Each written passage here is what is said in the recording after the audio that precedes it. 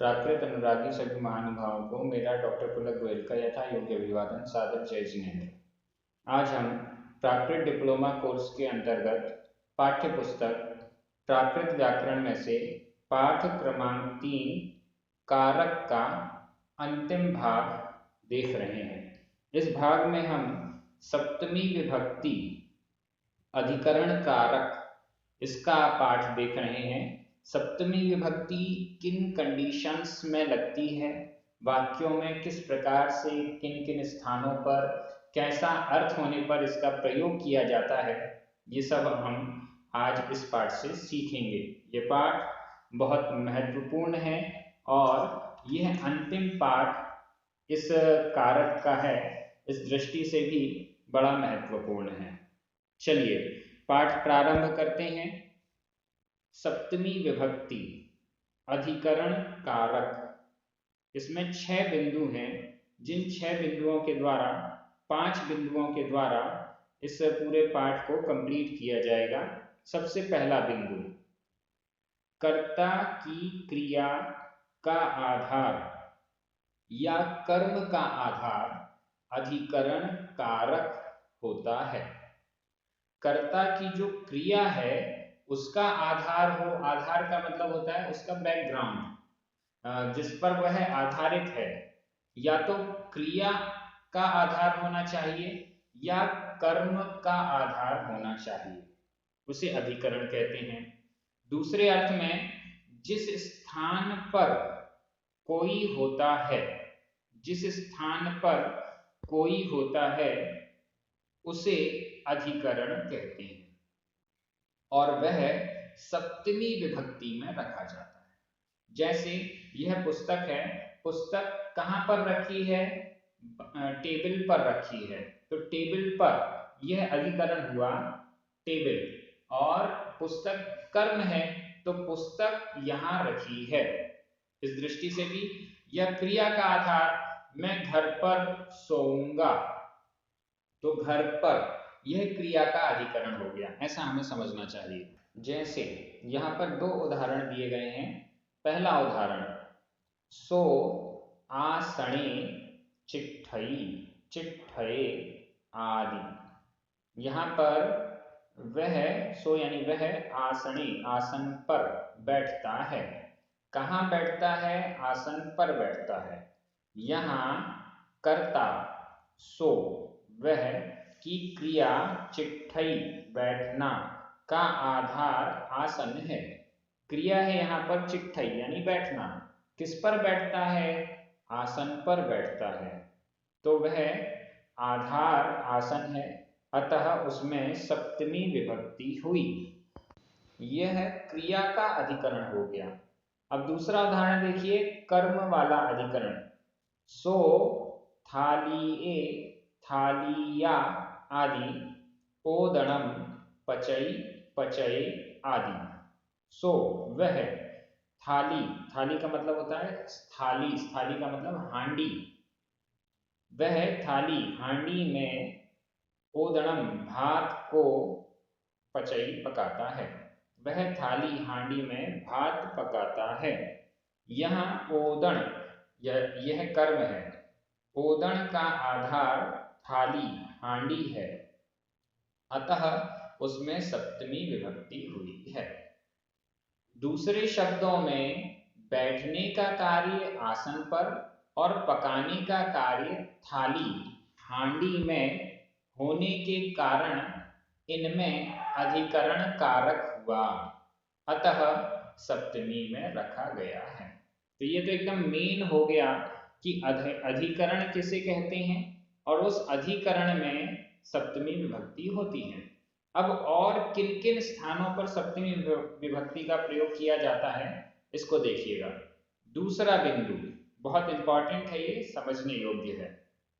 जब एक कार्य के हो जाने पर, जब एक कार्य के हो जाने पर दूसरा कार्य होता है, तो हो चुके कार्य में सप्तमी का प्रयोग होता है। ठीक है ना? 2 कार्य हैं, पहला कार्य तो पूरा हो गया, अब दूसरा कार्य किया जा रहा है, तो हम क्या बोलते हैं? मेरे जागने के बाद ऐसा हुआ, मेरे जागने पर ऐसा हुआ। तो जागने पर यहां सप्तमी विभक्ति हो गई। जब एक कार्य के हो जाने पर दूसरा कार्य होता है तो हो चुके कार्य में, जो कार्य संपन्न हो चुका है उसमें सप्तमी का प्रयोग होता है। अब यहां दो कंडीशन आपके सामने आ रही हैं। हो चुके कार्य के वाक्य में सकर्मक क्रिया का प्रयोग होने पर वाक्य कर्मवाच्य में होगा और अकर्मक क्रिया का प्रयोग होने पर वाक्य कर्तृवाच्य में होगा। यह लाइन बहुत इंपॉर्टेंट है और कोई भी आपको ये लाइन सिखाने वाला नहीं है। ये पहली बार आपको सप्तमी विभक्ति समझाते समय, प्राकृत में तो इसके पहले कोई भी आपको इस बात को समझा नहीं पाया होगा। मुझे 100% ये ऐसा लगता है कि पहली बार आप इस बात को सुन रहे होंगे। सकर्मक क्रिया के साथ यदि वाक्य बनना है तो कर्मवाच्य में बनेगा और यदि अकर्मक क्रिया के साथ हो रहा है प्रयोग तो वह कर्तृवाच्य में बनेगा। अब देखिएगा इसका उदाहरण। पहला, सकर्मक क्रिया का प्रयोग। दो वाक्य यहां पर उदाहरण के लिए दिए जा रहे हैं। तुमये 3/1, भोजने 7/1, खाए 7/1, सो हरिसई। तुमये तुम्हारे द्वारा, भोजने खाए भोजन खाए हुए होने पर, खा लेने पर। अब यहाँ खाए में भूतकालिक कृदंत का प्रयोग हुआ है सप्तमी एकवचन में। भोजने खाए ये सप्तमी एकवचन का प्रयोग हो गया। भोजन खा लेने पर। सो हरिसई, सो वह हरिसई हर्षित होता है, प्रसन्न होता है। दो क्रियाएं आपके सामने हैं। पहली क्रिया भोजन खाना, यह भोजन करना, तो यह क्रिया तो संपन्न हो गई। अब दूसरी क्रिया है प्रसन्न होता है, तो नॉर्मल सेंटेंस वह प्रसन्न होता है, यह तो नॉर्मल सेंटेंस बन गया। लेकिन भोजन होने के बाद, भोजन कर लेने के बाद, तुम्हारे भोजन कर लेने के बाद, तो ये जो सेंटेंस बन रहा है यह कर्मवाच्य में बनेगा। तुमये, यह तृतीया का एक वचन है, कर्मवाच्य बन गया। तुमये भोजने खाए, तुम्हारे द्वारा भोजन खा लेने पर। मतलब यह खाना जो क्रिया है वह सकर्मक है, इसलिए यहां पर कर्मवाच्य का प्रयोग हुआ है। दूसरा उदाहरण देखिएगा। तेण गंथे पढ़िए तुमम गासी। तेण उसके द्वारा, गंथे ग्रंथ पढ़िए पढ़ लिए लेने पर, उसके द्वारा ग्रंथ पढ़े लेने पर। अब यह पढ़िए यह भी भूतकालिक कृदंत का ही प्रयोग है। उसके ग्रंथ पढ़ लेने पर, तुमम गायसी तुम गाते हो। अब तुम गाते हो ये तो नॉर्मल सेंटेंस हो गया, लेकिन तेण ग्रंथे पढ़िए ये उसके ग्रंथ पढ़ लेने पर, उसके द्वारा ग्रंथ पढ़ लेने पर। पढ़ क्रिया जो है पढ़ना, यह सकर्मक क्रिया है, इसलिए यह वाक्य तेण ग्रंथे पढ़िए यह कर्मवाच्य का हुआ। यहां कर्ता में तृतीया, कर्म और कृदंत में सप्तमी का प्रयोग हुआ है। सकर्मक क्रिया के साथ जो कर्ता है उसमें तो तृतीया विभक्ति लग रही है और जो कर्म और कृदंत है उसमें सप्तमी विभक्ति का प्रयोग हो रहा है। अब हम आते हैं दूसरे बिंदु पर, इसमें अकर्मक क्रिया का प्रयोग। अगर यही वाक्य अकर्मक क्रियाओं से बनेंगे तो क्या होगा? सूर्य उग्गिये, सप्तमी का एक वचन है। कमलम बियसई, सूर्य के उगने पर। ये उग्गिय यह भी भूतकालिक कृदंत है, क्योंकि जो कार्य पहला कार्य हो चुका है तो हो चुका है, मतलब भूतकालिक कृदंत का प्रयोग होगा। सूर्य उग्गिये, सूर्य के उगने पर। कमलम, कमल, वियसई विकसित होता है, खिलता है, कमल खिलता है। सूर्य के उगने पर कमल खिलता है, यह कर्तृवाच्य में वाक्य बना है। अब खिलना, ये जो क्रिया है यह अकर्मक है। अकर्मक क्रिया होने से उग्गीय, उग्गीय यह मतलब उगना, यह जो क्रिया है यह अकर्मक है। अकर्मक होने से सूर्य उग्गीय, इन दोनों में सप्तमी विभक्ति का एक वचन लगा और यह वाक्य कर्तृवाच्य में बना। सूर्य के द्वारा उदित होने पर, ऐसा नहीं है, सूर्य के उदित होने पर, सूर्य के उदित होने पर, सूर्य के उगने पर कमलम, कमल व्यसई विकसित होता है, खिलता है, यह कर्तृवाच्य में हुआ है। कर्तृवाच्य में कर्ता और कृदंत में सप्तमी होती है और कर्मवाच्य में कर्ता में तृतीया और कर्म और कृदंत में सप्तमी होती है। ये डिफरेंस है जो हमें समझना पड़ेगा। अब इसके आगे एक तीसरा बिंदु और है इसी में, जाना क्रिया दोनों प्रकार से प्रयुक्त हो सकती है, जैसे कि ऊपर उदाहरण में बताया गया है। जाना क्रिया के साथ हम दोनों प्रकार से कर सकते हैं, सकर्मक रूप से भी बना सकते हैं, अकर्मक रूप से भी बना सकते हैं। जैसे रामे वनम गए दशरहो पाणा चुअई चुयई। रामे, राम के वनम गए, राम के वन जाने पर, अब यहाँ पर रामे और गए इन दोनों में सप्तमी विभक्ति का प्रयोग है। दशरहो पाणा चुअई, दशरथ प्राण को त्यागता है। राम के वन को जाने पर दशरथ प्राण को त्यागता है, यह बना है कर्तृवाच्य में। इसमें रामे और गए इन दोनों में ही सप्तमी विभक्ति का एक वचन लगा है।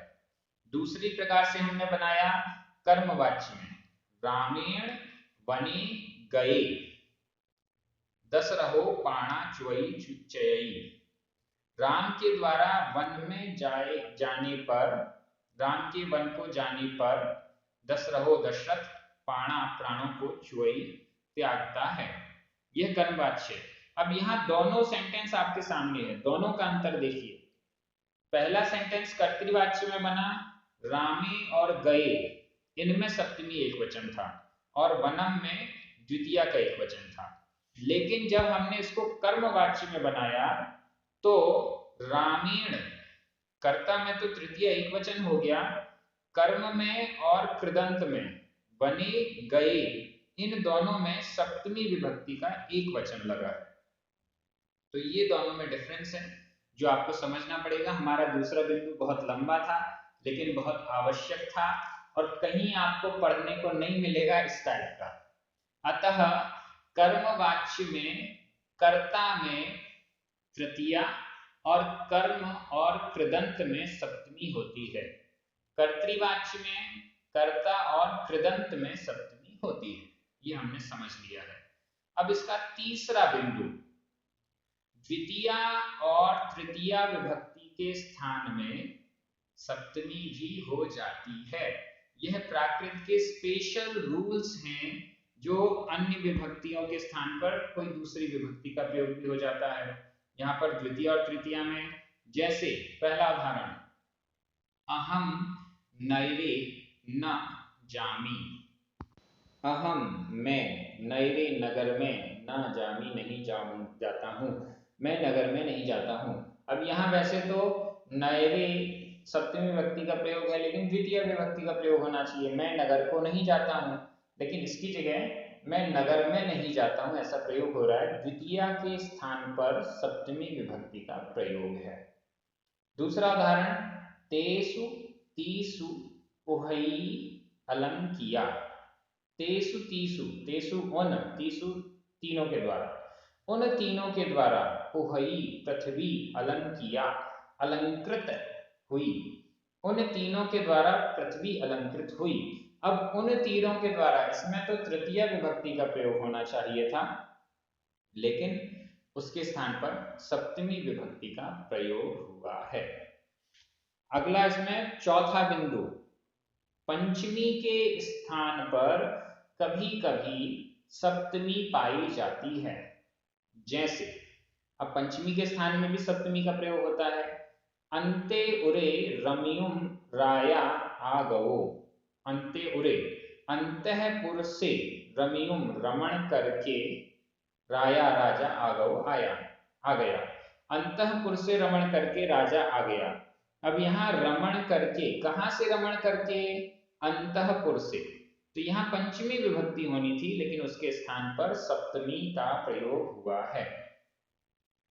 पांचवा और अंतिम बिंदु, फेंकने अर्थ की क्रियाओं के साथ सप्तमी होती है।